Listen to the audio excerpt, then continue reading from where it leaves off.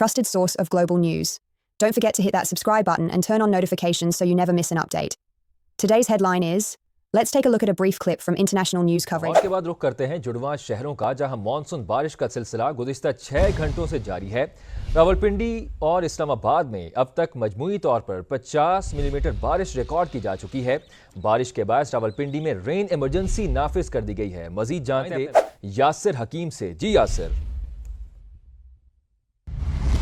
देखिए, बिल्कुल तकरीबन 6 घंटे होने का जुड़वां शहरों में मानसून बारिश का जो सिलसिला था वो जारी है, और इस बारिश के सिलसिले के दौरान अब तक जुड़वां शहरों में मजमूई तौर पर तकरीबन 50 मिलीमीटर बारिश रिकॉर्ड की जा चुकी है। जितने गेजिंग स्टेशन थे जुड़वां शहरों में जो महकमा मौसमियात की जानिब से बारिश को मापने के लिए नस्ब किए गए थे, उन तमाम इलाकों में, उसकी सराउंडिंग में जितने इलाके हैं वहाँ पर इस वक्त बारिश हो रही है।